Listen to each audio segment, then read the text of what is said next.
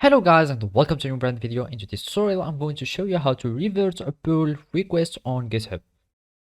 So the first thing to do is to open your web browser, either if it was Google Chrome, Mozilla Firefox, Microsoft Edge or any web browser that you are using. After that you will need to go to github.com. And now we will need to create an account so we can be able to use the GitHub services.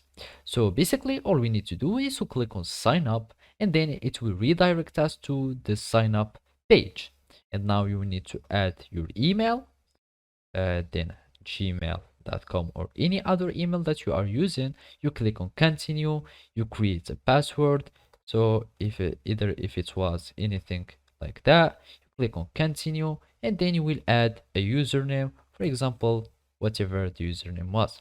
Now you will need just to type yes or no if you want to have the emails and announcements. So click on no if you don't want to, and then you will need just to solve as a verification, you solve this puzzle.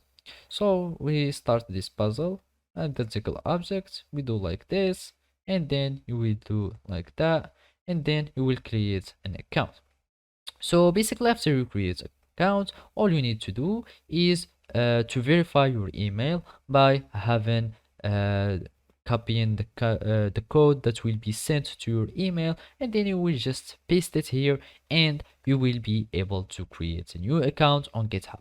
After that it will sign in you and you will have access to use the GitHub repository. And basically now all you need to do is to follow these simple steps.